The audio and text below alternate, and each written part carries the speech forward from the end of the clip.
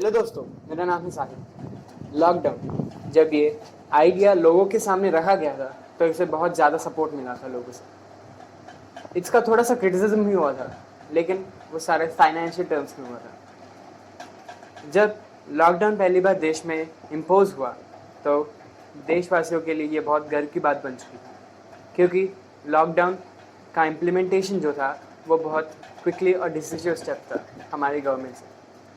हमारी गवर्नमेंट ने बाकी देशों से जल्दी ये स्टेप लिया, लेकिन जब लॉकडाउन ख़त्म होने को आ चुका है, चलिए देखते हैं कि क्या लॉकडाउन सही में सक्सेसफुल रहा जो लोग उसे मानते हैं।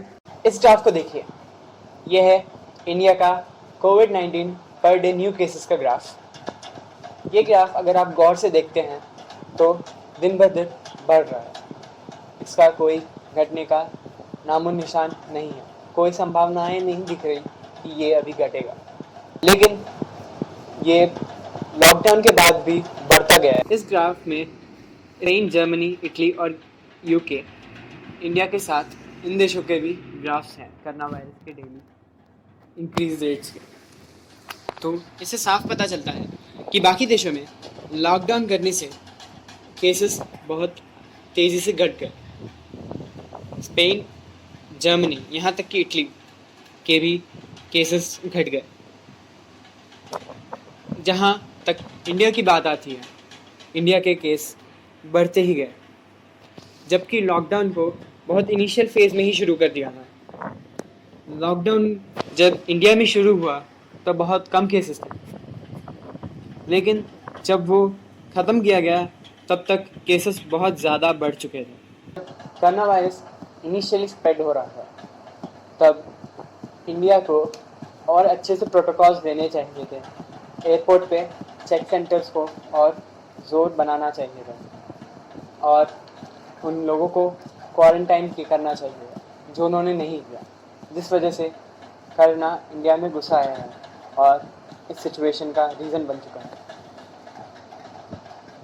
और सेकेंड चीज़ जो है वो है लॉकडाउन किया है इन लोगों ने, लेकिन लोग लॉकडाउन में रह रहे हैं, उनके लिए कोई एक्स्ट्रा फैसिलिटीज़ प्रोवाइड नहीं की।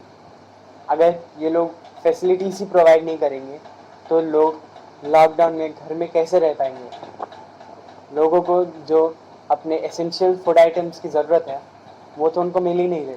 सरकार को घर घर आके अपना राशन बांटना चाहिए, जैसे चाइना में हुआ था। इसी वजह से लोग बिल्कुल घर से बाहर नहीं निकल। लॉकडाउन तो दोस्तों हमारे देश में देखिए स्ट्रिक्टली ही इम्पोज हुआ, लेकिन हमारे ग्राफ से ये साफ पता चलता है कि लॉकडाउन काफ़ी नहीं है। हमारे गवर्नमेंट बाकी सिस्टम से ज़्यादातर चर्चा करके डिसीजन नहीं लेती, इसलिए उन्होंने बहुत की फैक्टर्स को मिस कर दिया। जो डिसीजंस बाकी देशों ने लिए थे, इंडिया ने नहीं लिए, बस लॉकडाउन करके छोड़ दिया। कोरोना वायरस के स्प्रेड का ओवर पॉपुलेशन भी एक फैक्टर है। अगर हमारे देश में पॉपुलेशन कंट्रोल्ड होती तो हम किसी और जगह पे होते कोरोना वायरस के केसेस में, लेकिन सिर्फ ओवर पॉपुलेशन से हमारी सिचुएशन बुरी है ये कहना भी गलत होगा। आप चाइना का ही मिसाल देख लीजिए। चाइना में जो हमसे भी ज़्यादा पॉपुलेटेड है, वहाँ पे प्रिवेंटिव मेजर्स सही तरह से लिए गए और वहाँ के केसेस बहुत अच्छे से घट गए हैं।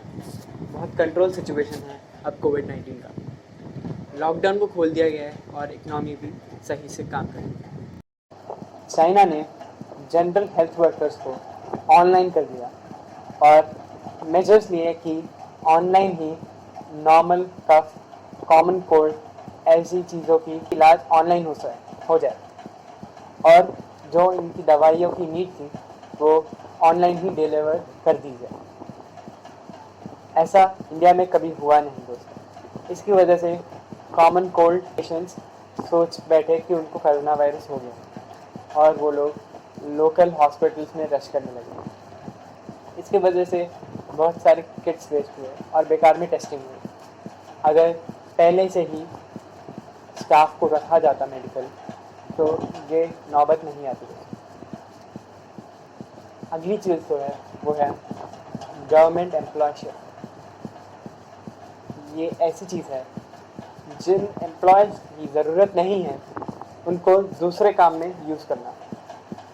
अगर कोई गवर्नमेंट एम्प्लॉय है जिसे ऑफिस आने की ज़रूरत नहीं है तो उसके साथ लोगों को राशन बंटवाना, ऐसा चाइना में किया गया है दोस्तों।